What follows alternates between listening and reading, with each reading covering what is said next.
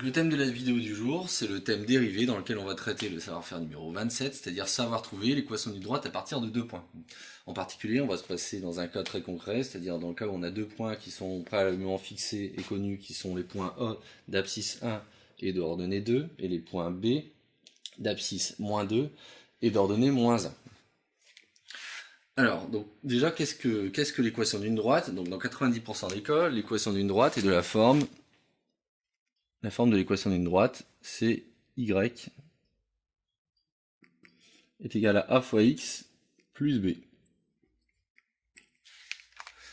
Alors le a, je vais le mettre en rouge, et le b, je vais le mettre en vert, dans l'optique de les représenter sur le dessin et de voir à quoi ils correspondent graphiquement. Donc ce qu'on appelle le point B, c'est ce qu'on appelle l'ordonnée à l'origine, c'est-à-dire la valeur de l'ordonnée lorsque x est égal à 0. Lorsque x est égal à 0, si je suis sur ma droite, je me retrouve en ce point-là. Donc le point B, l'ordonnée B se situe à cet endroit-là. C'est ce qu'on appelle l'ordonnée à l'origine, c'est-à-dire l'ordonnée du point 0 qui appartient à la droite. Le réel A est ce qu'on appelle la pente, c'est-à-dire le coefficient directeur. À quoi ça correspond? Ça correspond à lorsque vous avancez de 1 en abscisse, vous montez d'une certaine quantité, et cette quantité est la pente. C'est un peu la même chose que quand vous êtes en montagne et que vous avez un col où on vous dit vous avez un panneau à 10%. Lorsque vous avancez de 100 mètres, vous montez de 10 mètres, et la pente c'est donc 10%, c'est 10 sur 100. Donc le réel A représente ça par unité d'avancée en abscisse, de combien on monte en ordonnée, on a la pente. Donc la question c'est comment est-ce qu'on détermine en fait A et B, et si on a A et B, en fait on connaît l'équation de notre droite quoi finalement. Alors quelle est la forme, par quelle manière on peut obtenir A et B? En fait cette pente, si on a deux points, on peut la considérer en regardant la différence entre xa et xb et la différence entre ya et yb.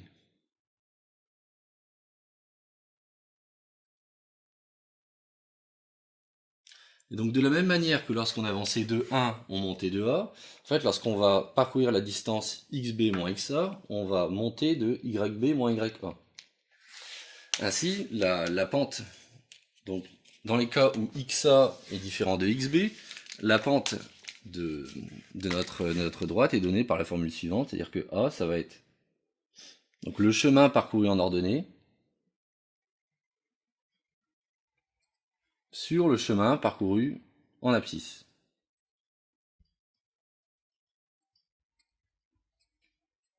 Lorsque xa est différent de xb, puisque si xa est différent de xb, cette formule est invalide puisqu'on est obligé de diviser par 0.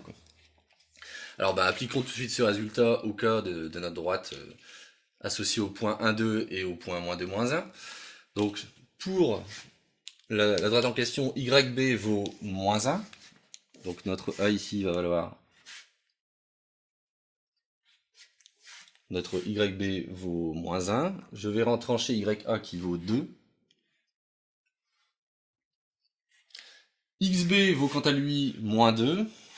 Et je lui retranche xa qui vaut moins 1. J'obtiens donc au final moins 3 sur moins 3, c'est-à-dire 1. Ma droite est donc de pente 1. J'ai donc déterminé le premier coefficient A qui est égal à 1. Donc on a finalement que y s'écrit sous la forme x plus b. Et donc il nous reste toujours une inconnue, c'est le fameux b. Donc comment trouver l'ordonnée à l'origine?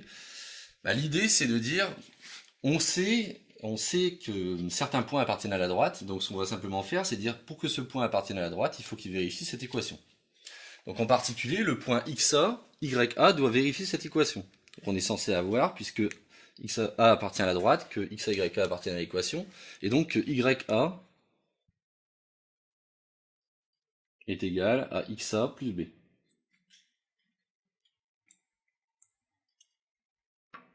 Puisque A appartient à la droite D. Donc D c'est ma droite qui est ici. Et il ne reste plus qu'à remplacer, c'est-à-dire que xa vaut 1,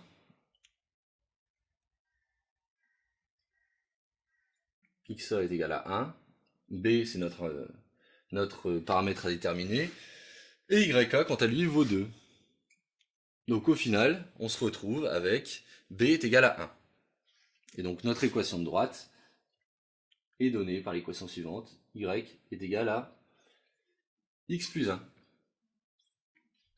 Au passage, avant de terminer la vidéo, pour vérifier que notre équation est bien valide, il suffit de remplacer les points A et les points B à l'intérieur de cette équation et de vérifier qu'on est bien cohérent avec ça. Que ces deux points vérifient l'équation. Donc par exemple, 1 plus 1, si je remplace par x, 1 plus 1 est bien égal à 2. Et moins 2 plus 1 est bien égal à moins 1. Donc ça c'est un signe de cohérence. Et ça appuie le fait que je ne me suis pas trompé dans la détermination de mon équation de droite. Voilà.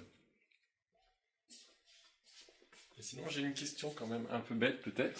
Mais qu'est-ce qui se passe si xa est égal à xb, que du coup ça nous fait une division par 0?